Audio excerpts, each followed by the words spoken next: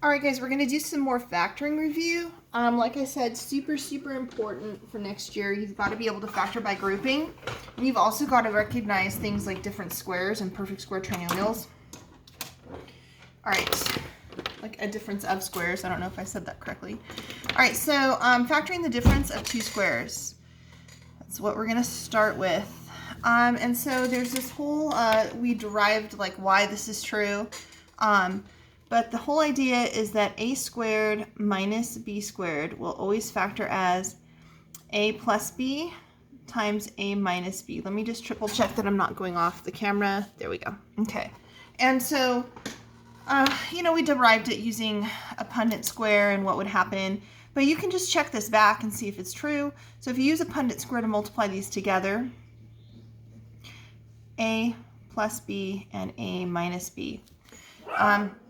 Sorry about my dog. A times a is a squared. A times b is positive ab. A times negative b is negative ab. And then b times b is b squared. Negative times a positive is negative b squared. These will reduce and you'll get a squared minus b squared. All right, so you have to know that this is true. So when you look at a problem that has a difference of squares in it, what you're looking at is something like, okay, this is a perfect square, a squared. This is a perfect square, 36. There's no middle term, and there's a subtraction sign in between. So in this case, we're going to identify what a and b are. So we have something squared minus something squared. And our end result was a squared minus 36. So what were those values that were being squared? Well, a was being squared to get a squared, and what was being squared to get 36? Well, 6. And so in this case, it's going to factor as a plus 6, a minus 6. So this would be a plus 6, a minus 6. And please, something I want you to do is check it back. Use a little Punnett square. A times a is a squared. A times negative 6 will be negative 6a. But then 6 times a will be positive 6a, and those two terms will reduce. And then 6 times 6 is 36, and you have a negative, so that would be negative 36. So always check it. All right. So now that's a difference of squares. Now what the next one is that there's a common factor. So I know I've said this before, but always, no matter what kind of factoring you're doing, if the word factoring comes up, the very first thing you should always look for is a greatest common factor, okay? So if there's a greatest common factor, a GCF, you need to take that out first. So we're going to look at this one, 3x squared minus 48. So I've got 3x squared minus 48. I think I'll move it over a little bit. So what I noticed when I didn't check this one for a common factor because I could look at it and see they had nothing in common. But this one, I think they may have something in common. And this is where your multiplication skills really need to be strong. All right, so we're going to factor this first. 3 times x minus 48 is 16 times 3, 3 times 16. Now you could keep prime factoring it, but I can see that nothing else is in common other than the 3. So if you wanted to write that as 2 times 2 times 2 times 2, you could, but there's no reason to. They have a common factor of 3. So that common factor of 3 is going to come out. And left inside the parentheses, in this term, I have an x squared minus, in this term, I have a 16. And now you have to check to see if it factors further. And so what you're checking for is, first, is it a trinomial? No, so we don't want to factor the normal way. It's a binomial. So we want to look and see, hey, is this a difference of squares? And it is. X squared is a perfect square, and 16 is a perfect square. So I'm just going to leave the 3 outside. And then I'm thinking, what's being squared here? And what's being squared here? To get x squared, x is being squared. And to get 16, 4 is being squared. So there's my a, and there's my b. So this is going to factor as 3 stays on the outside. Now it's a plus b times a minus b. And this is a, and this is b. So it's going to be x plus 4, x minus 4. And then don't forget that last important step, which is the check back. Oops, it's done. We don't need to put equals. The check back, I'm going to go ahead and multiply these two. X times x is x squared. X times negative 4 is negative 4x. 4 times x is positive 4x. And then 4 times negative 4 is negative 16. These will reduce. Don't forget you had a 3 out front. So now I have a 3 and then x squared minus 16. And then I would distribute the 3 back in, and that would give me 3x squared minus 48, and that is what I started with. So this is fully factored at this step. And again, I want to go back to what I was talking about yesterday in the notes. Well, for me it was yesterday. For you it may have been today or a couple days ago. If they're asking you to factor, a lot of you guys are going to getting me solutions, like saying equals 0 and solving. That's not what they're asking. They're asking you to factor. All right, so let's look at the next one. So that's called a special case, and there's one more special case, which is factoring perfect square trinomials. So perfect square trinomials, the way that you can recognize them, here's the structure. A squared, and then this could be plus or minus, so I'll put plus for now, 2ab, and then plus b squared. Or the other one would be, I said it could be plus or minus, so a squared minus 2ab plus b squared. And so that's the structure of one, and we've talked about why that's a perfect square trinomial, but it always factors as a plus b times a plus b, or a minus b times a minus b. And let's go ahead and check that out, right? So a times a would give you your a squared. A times b would give you 1ab. And then another a times b would give you your 2ab's. And then b times b would give you your b squared. Multiply this out if you need to see it, but we've done it a bunch of times, right? So again, a times a gives me my a squared. A times negative b gives me 1 negative ab. Then a times negative b again gives me 2 negative ab's. And then b times b, a negative times a negative, is positive b squared. And so these can be rewritten as a plus b squared. And a minus b squared. So that's one way to recognize it's a perfect square trinomial, right? Now, they're telling you these are perfect square trinomials, but a lot of students won't recognize it. So if you want to just do the regular factor, the easy factor right here, or factor by grouping if there's a leading coefficient like right here, you can. So you don't have to use this. So I'm going to put or, use easy factor if a is 1, or use factor by grouping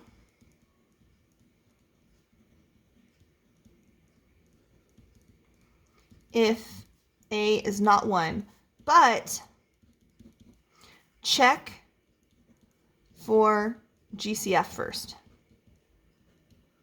Okay, so always check for your GCF first. Now, I'm going to go ahead and do this example. I'm going to do this example 3 different ways. So the first way I'm going to do it is I'm going to do it like I knew this was a perfect square trinomial. So I'm going to go ahead and use this structure right here. Since it's x squared minus 14x plus 49, x squared minus 14x plus 49. Now, how did I know it was a perfect square trinomial? Well, they told me. But how did I know if they didn't tell me? So I see that this number, right, is a perfect square. So that's my first clue. And then I see, of course, that this number is a perfect square. Yes, it is. And then I see if I square rooted these, right, I would have x and 7. If I double that, I'll have 14. That's how I can tell it's a perfect square trinomial. So again, I'll just look at a couple of these. Like, look, perfect square. Let me make sure I'm not off the camera. I am. Okay. Perfect square. Square root of this is x. Square root of this is 8. Double it, you get 16. Oh, it's a perfect square trinomial. How about one like this one? Perfect square. Square root of 81x squared is 9x. Square root of 25 is 5. 9x times 25, or sorry, 9x times 5 is 45. 45 times 2 is 90. And that's how I can tell it's a perfect square trinomial. Okay, so what I'm going to do is on these ones, I'm going to go ahead and do it all 3 ways. So first, using this method. So I see that this is a perfect square, and this is a perfect square. And is this 2 times these values? So this is x, and this is 7. And then 2 times x times 7 is 14. So I'm checking this 2ab, and that's correct. I have a 14. And so since this is a negative, I'm going to have a minus right here. That means negative 7 was the number being squared. And so this will factor as x minus 7 times x minus 7, which can be rewritten as x minus 7 squared. Now that's probably not the method most students will use. Those are for my really high thinkers, and there's quite a few of you in my classes. I've seen you guys. You're brilliant. But most people don't see that, and that's just, you know, normal, like higher level math skills. We don't see it all the time. We're sometimes really just not looking for it. So I'm going to show you the other method. So we can use either easy factor or factor by grouping, but here a is 1. So if a is 1, I would use easy factoring. So since a is 1, I'll just go ahead and do these steps, right? Identify a, b, and c. So first step, identify a, b, and c. So a equals 1, b equals negative 14, and c equals 49. All right, step 2, find 2 numbers that multiply to a times c but add to b. So I'm going to find 2 numbers that multiply to a times c, which is 49. So their product needs to be 49, but add to b, negative 14. And so I know 49 is, there's only 2 ways to make 49. 1 times 49, right? Or, 7 times 7. So 7 times 7 could get me to 14, but 7 plus 7 is not negative 14, it's positive. So negative 7 times negative 7, that's positive 49, and negative 7 minus 7 is negative 14. And so my 2 numbers are right here. All right, step 3 would be to, after I find those 2 numbers, I can just do the easy factor. So there's going to be 2 sets of parentheses, right, because we're factoring this into a binomial, and we're looking at x times x is the only way to make x squared. Negative 7 and negative 7 are the 2 correct numbers. Check it back. X times x is x squared. Negative 7x, and then negative 7x is negative 14x, and then negative 7 times negative 7 is 49. Again, you can use a Punnett square like I did right here, but I'm just doing it a mental check. And then the last step is, since they're the same number, I can rewrite it as x, or sorry, the same terms, I can rewrite it as x minus 7 all squared. All right, so those are your 2 special cases. So the homework I'm going to give you for both of these, just to be consistent, I'm going to do evens again. So you're going to have evens 2, 4, 6, 8, 10, 12, 14, 16, 18, 20, 22. And same 2, 4, 6, 8, 10, 12, 14, 16, 18, 20. Okay, so there's some challenge problems here with fractions. So for those of you guys that are strong in your math skills, these shouldn't be that big of a challenge. So if you are looking for some extra credit, I would go ahead and say try these guys. So if you're looking for extra credit, I'll give, how about an entire homework assignment, so plus 10 if you do all 20 of these. Okay, so there's some extra credit if you're looking for it. And then the rest is more review. So I'm going to continue to give extra credit for those people who want the extra credit. Now, extra credit, like, you guys should know that you have to show your steps. I mean, there's a few of you students that I would trust to say, oh yeah, that kid knows how to multiply really quick in their head. They did it in their head. But there's not very many of you that that's true about. So I'm going to say that for extra credit, I need to see work shown. So again, if you want to try these guys, I'll give you plus 10, but you have to do all 20. And I'll even give a third one plus 10, but you have to do all 16 of these. All right. Now, on the back, this is not extra credit. I want you to be able to put it all together. So the problem with most students is they don't know when to factor by grouping. They don't know when to factor using the easy method. They don't know when to use perfect squares, when to use perfect difference of squares. So this is a mixed review. See, it says factoring, putting it all together. And so this is going to be, we're going to give you all 16 problems. So no evens, no odds, right? We're doing all 16. So 1 through 16 all. And this right here, here's some more practice. So if you'd like, I'm going to give you extra credit here. If you do all 14, I'll give another 10 points. So look, you could get literally 40 points of extra credit right now. So if you do all 14 of these. All right, now this one. This is what you're going to see next year in Math 3. These kind of items. So I would encourage you to look ahead and see how there's like 4 terms, and you could just do factor by grouping and split these into halves. They've already kind of broken them into 4 terms for you. So factor by grouping, they're giving you an example. I'll give extra credit for this one as well. So what they did is they rearranged the terms to get some terms together that had like terms, because right now these two don't have anything in common and neither do these two. So they rearranged this term and this term. That's where the 6ax minus 3a came from. And then the 4bx minus 2b, they put that at the end. The order that you write the terms in does not matter. And then what they did is they went ahead and split it and took out the common factor of these two terms, which was 3a. That came out front. If they factor a 3a out, they get 2x, because 3 times 2 is 6. A times x is ax.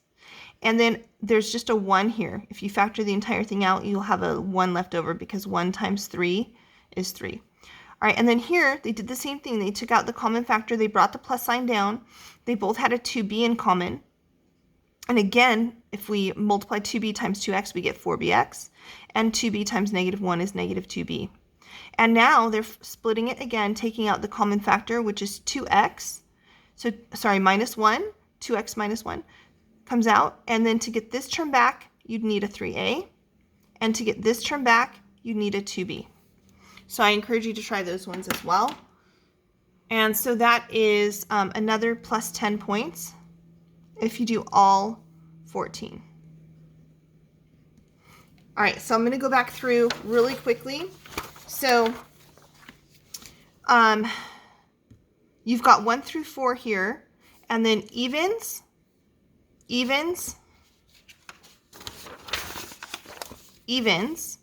extra credit, evens, extra credit, evens, extra credit,